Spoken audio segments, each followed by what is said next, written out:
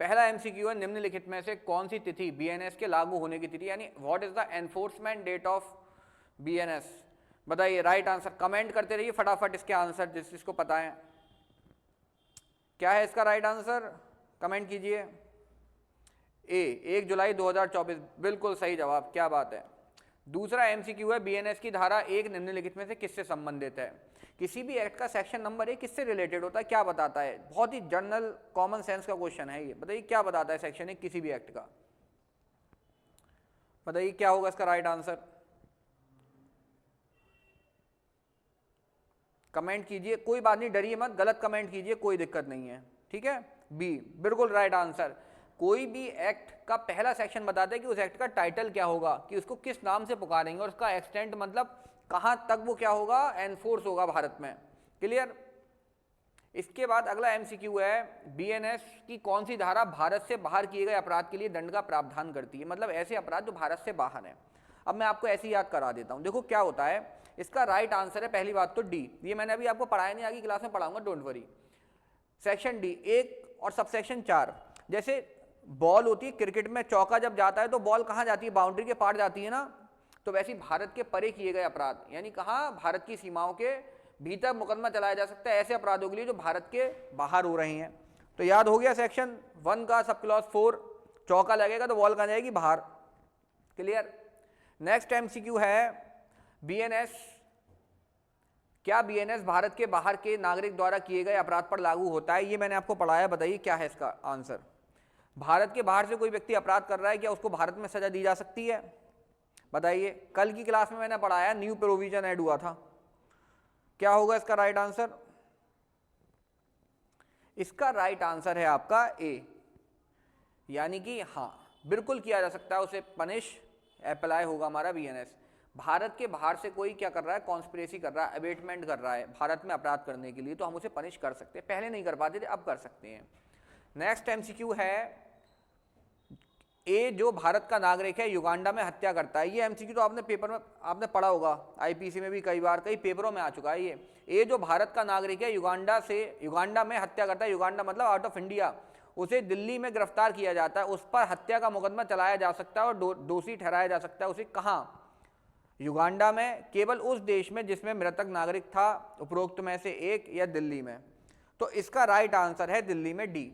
ये बहुत famous question है, जुडिशरी का कई बार पूछा गया, तो इसको याद रखना आप। युगांडा में, और अरे वहां क्या हुआ, उसे दिल्ली से गिरफ्तार किया गया, तो कहां चलेगा उसका ट्रायल, दिल्ली में। क्लियर।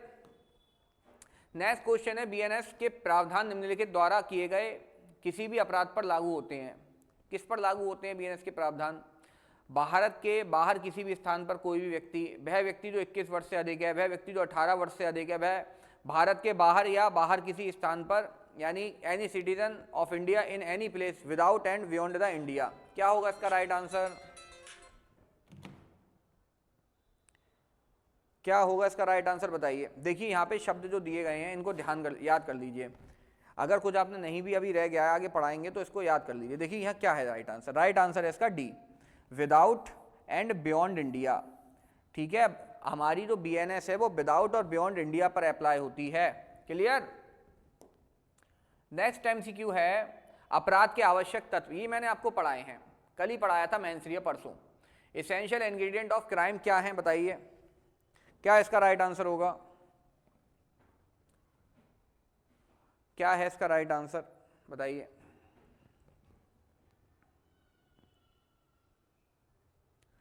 इसका राइट आंसर क्या है, बताइए जल्दी से। Actus reus, mens rea, motive knowledge, intention knowledge. हाँ, इसका राइट आंसर है ए। देखिए मैंने कल परसों भी आपको बताया था कि अपराध घटित होने के लिए 4 चीजें आवश्यक होती हैं। सबसे पहले आपका एक ह्यूमन होना चाहिए, एक मानव होना चाहिए, मानव। दूसरा आपराधिक मन स्थिति, यानी कि मेंसरिया होनी चाहिए, ठीक है, यानी मालाफाइड इंटेंशन होनी चाहिए। इसके बाद तीसरा एक्टस रियस, कोई कार्य करना चाहिए, कोई एक्ट, कोई कार्य। और चौथा इंजरी होनी चाहिए, ठीक है, यानी कि क्षति होनी चाहिए। ये 4 आवश्यक तत्व हैं किसके, तत्व अपराध के। तो राइट आंसर है आपका ए, क्योंकि यहाँ पे देखिए मोटिव है, मोटिव को मैंने मना कर दिया था, मोटिव नहीं होता। नॉलेज से कोई मतलब नहीं है, यहाँ पे तो मोटिव भी आ गया तब भी नहीं, नॉलेज भी नहीं, एक्शन भी नहीं, तो राइट आंसर है आपका ए। क्लियर। नेक्स्ट एमसीक्यू है, निम्नलिखित में से कौन सा अपराध के लिए आवश्यक नहीं है, आप बताइए। इसके अंदर intention, motive, prohibited act, punishment, क्या है राइट आंसर इसका, बताइए क्या होगा राइट आंसर। बिल्कुल सही जवाब, राइट आंसर होगा बी, मोटिव हमारा आवश्यक तत्व नहीं है, अभी पढ़ के चुके हैं हम। अगला कह रहा है एक्टस नॉन फेसिट्रियम निसी मैंसिट्रिया, इसका मतलब क्या है, क्या मतलब है इसका, बताइए। ये पढ़ाई थी मैक्सिमम मैंने आपको। मैंसिरिया अपराध का एक अनिवार्य तत्व है और मैंसिरिया के बिना कोई अपराध नहीं हो सकता। भारतीय कानून के तहत आपराधिक दायित्व हमेशा मैंसिरिया को दर्शाता है। अपराध का गठन करने के लिए एक्टस रियस और मैंसिरिया होना चाहिए। अपराध का गठन करने के लिए एक्टस रिया होना आवश्यक नहीं होता। क्या राइट आंसर होगा, तो इसका सही जवाब है ए।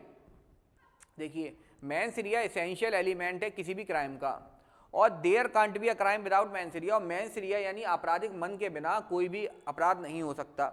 जब तक आपका मन आपराधिक नहीं है, जैसे वो लकड़हारा जो लकड़ी काट रहा था, वो कुल्हाड़ी उड़ के उसके सर पे लग जाती है, दूसरे के बेचारा मर जाता है, तो क्या आपराधिक आशय था वहां पर, नहीं था, इसीलिए उसने कोई अपराध नहीं करा। लेकिन आपराधिक आशय से करोगे तभी कोई कार्य क्या बनेगा, अपराध बनेगा। क्लियर। कुछ इसके एक्सेप्शन है जहां आपराधिक मन आपका नहीं है तब भी आपको सजा हो जाएगी, जैसे बायगैमी, ठीक है।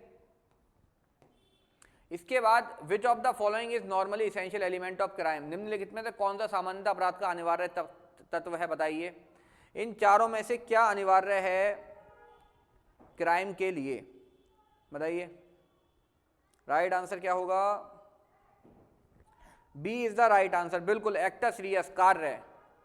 अगला कह रहा है एक्टस रियस मानवीय आचरण का वह परिणाम है जिसे कानून प्रतिबंधित करता है। Actus reus is that result of human conduct which the law seeks to prohibit. ये किसकी डेफिनेशन है, क्राइम की डेफिनेशन ये किसने दी है, तो ये दी है आपको कैनी ने। मैंने आपको पढ़ाई थी ये डेफिनेशन, कैनी ने दी है डेफिनेशन, ठीक है। B is the right answer, बहुत बढ़िया। इसके बाद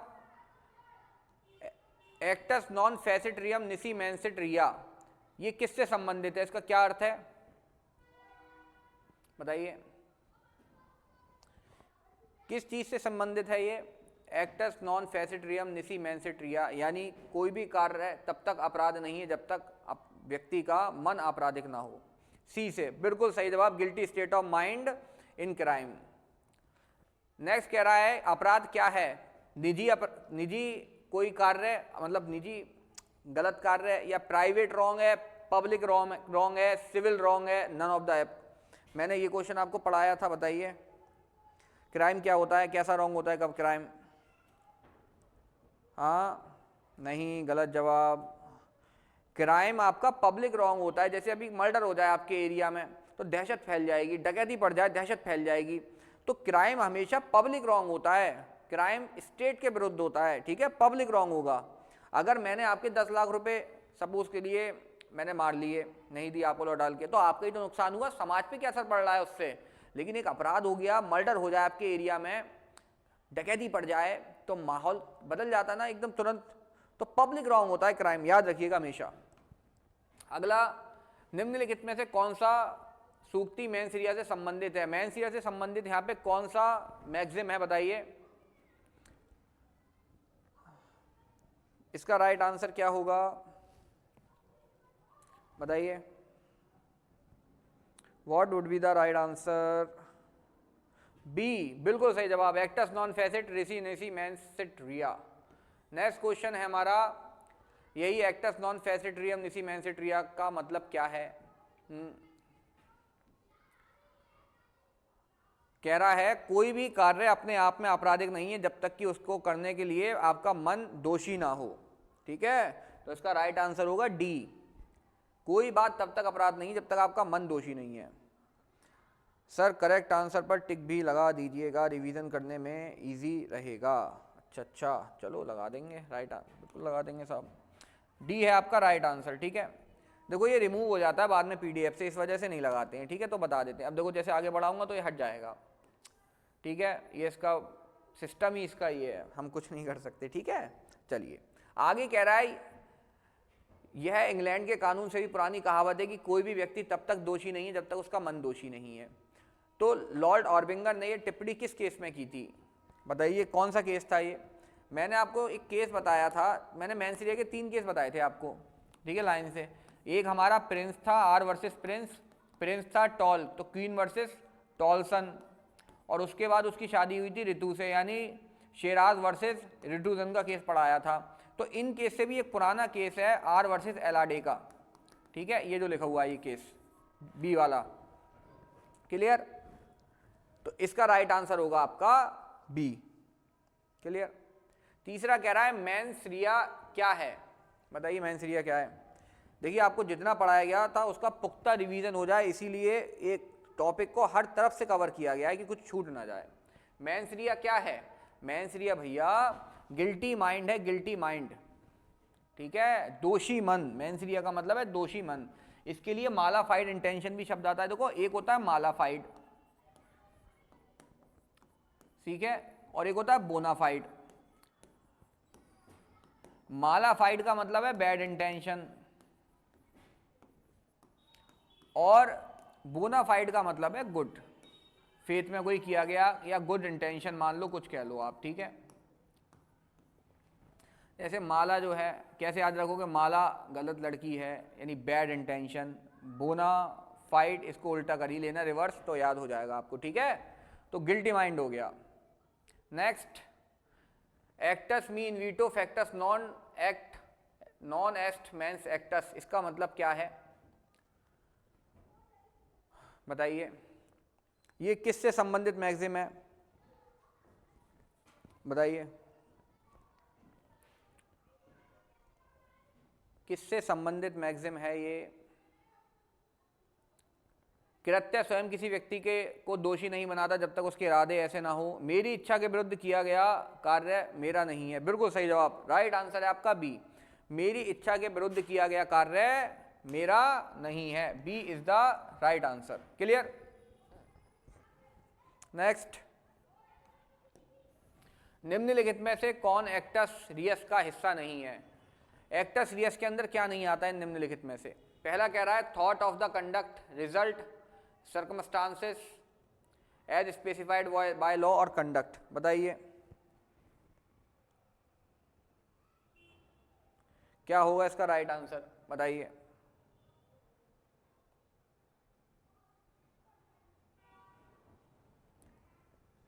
आचरण का विचार, आचरण का परिणाम, और इसके बाद कानून द्वारा क्या है निर्दिष्ट परिस्थितियां, क्या होगा राइट आंसर, सी। नहीं, इसका राइट आंसर है आपका ए, थॉट ऑफ द कंडक्ट। देखिए एक्टस रियस के लिए, एक्टस रियस का मतलब होता है कार्य, तो कार्य का रिजल्ट इसमें भी आ जाएगा, सर्कमस्टांस जो लॉ ने मना करें स्पेसिफाई करें वो भी आ जाएंगे, और कंडक्ट भी आ जाएगा, थॉट नहीं आएगा। क्योंकि देखिए कार्य करने के लिए आचरण की आवश्यकता नहीं है, कार्य करने के लिए एक्ट करना पड़ता है, कार्य करना पड़ता है, सोचना नहीं पड़ता है, ठीक है। सोचेंगे तो कार्य कैसे होगा, तो इसका राइट आंसर है ए। नेक्स्ट, आपराधिक दायित्व के लिए निम्नलिखित सिद्धांत में सबसे कम प्रासंगिक है। यानी जब बात आती है किसी की क्रिमिनल लायबिलिटी की, क्या चीज अपराध है या नहीं है, तो सबसे ज्यादा कम कंसीडर की जाने वाली चीज इनमें से कौन है, कौन सी चीज का यहाँ पे हम प्रयोग नहीं करते हैं, किसको हम नहीं मानते हैं क्राइम के अंदर एलिमेंट, क्या होगा इसका राइट आंसर बताइए, क्या होगा इसका राइट आंसर। हाँ, इसका राइट आंसर होगा आपका डी, मोटिव। बिल्कुल, मोटिव को हम कंसीडर ही नहीं करते हैं।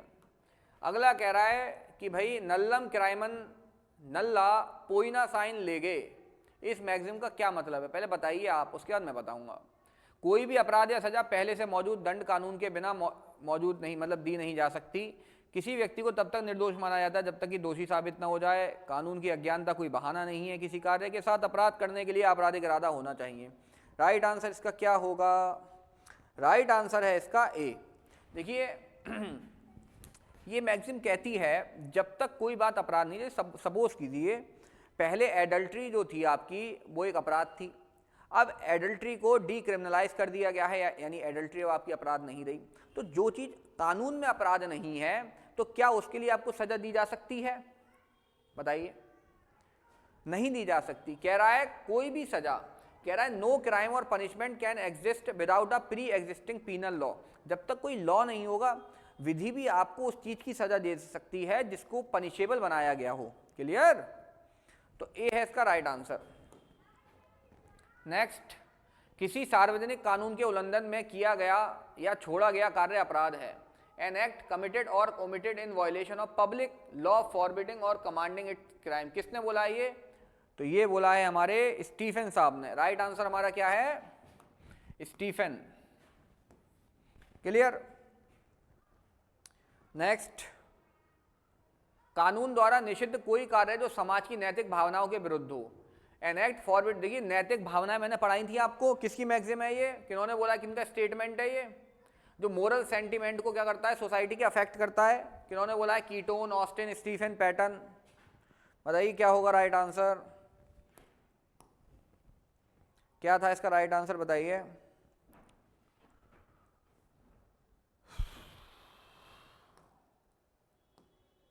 बताइए क्या है राइट आंसर? इसका राइट आंसर है सी, ऑस्टिन तो हमने पढ़ाई नहीं है आपको, और ना कीटोन पढ़ाए हैं भाई, स्टीफन पढ़ाए थे। स्टीफन साहब इसका राइट आंसर है। ठीक है, राइट आंसर क्या है? स्टीफन। इसके बाद नेक्स्ट क्वेश्चन है आपका, क्वी फैसेट पर एलियम फैसेट पर सी। ये बताइए, कोई बात नहीं, ये किससे संबंधित है? यहां पर ये है आपका प्रतिनिधित्व दायित्व से। एक व्यक्ति जो दूसरे के किससे रिप्रेजेंटेशन से कार्य करता है उसे क्या बोलते हैं? वाइकेरियस लायबिलिटी बोला जाता है। तो इसका राइट आंसर होगा आपका बी, वह जो दूसरे की ओर से कार्य करता है। और नेक्स्ट एमसीक्यू है, निम्नलिखित में से कौन सा अपराध के चरण का सही प्रक्रम है? अपराध होने के लिए स्टेजेस क्या होती है किसी क्राइम की, ऑफेंस की? तो सबसे पहले आपकी इंटेंशन होनी चाहिए। देखो, किसी को अगर हमें अपराध करना है तो सबसे पहले हमें सोचना पड़ेगा कि अपराध कैसे करेंगे। ठीक है, पहले आपकी इंटेंशन होनी चाहिए, इरादा होना चाहिए। ठीक है, इंटेंशन। उसके बाद जैसे मुझे जहर दे के किसी को मारना है, ठीक है, तो पहले मुझे ये सोचना है कि अच्छा मुझे इसे मारना है, तो इंटेंशन आ गई। अब जहर दे के मारने के लिए जहर का इंतजाम भी तो करना पड़ेगा, यानी कि आप करोगे प्रिपरेशन। जहर आ गया तो अब आपको जहर खिलाना है उसे कैसे? जैसे सूर्यवंशम में वो खीर में मिला के खिलाया था, तो आपने प्लान करा कि गाड़ी रोकेंगे, टिफिन बदल देंगे खीर में जहर मिलाने के लिए, तो आपने अटेम्प्ट करा और पता चला ठाकुर साहब ने जब खाली खीर, तो आपका अपराध पूरा हो गया, एकम्प्लिश हो गया। बताइए बात समझ में आई? तो सबसे पहले होती है इंटेंशन, फिर होती है प्रिपरेशन, फिर होता है अटेम्प्ट और फिर होता है एकम्प्लिशमेंट। ठीक है, इरादा, तैयारी, प्रयास और सिद्धि, मतलब अपराध घटित। बताइए कैसा लगा ये आज का सेशन आपको एमसीक्यू का? मजा आया नहीं आया?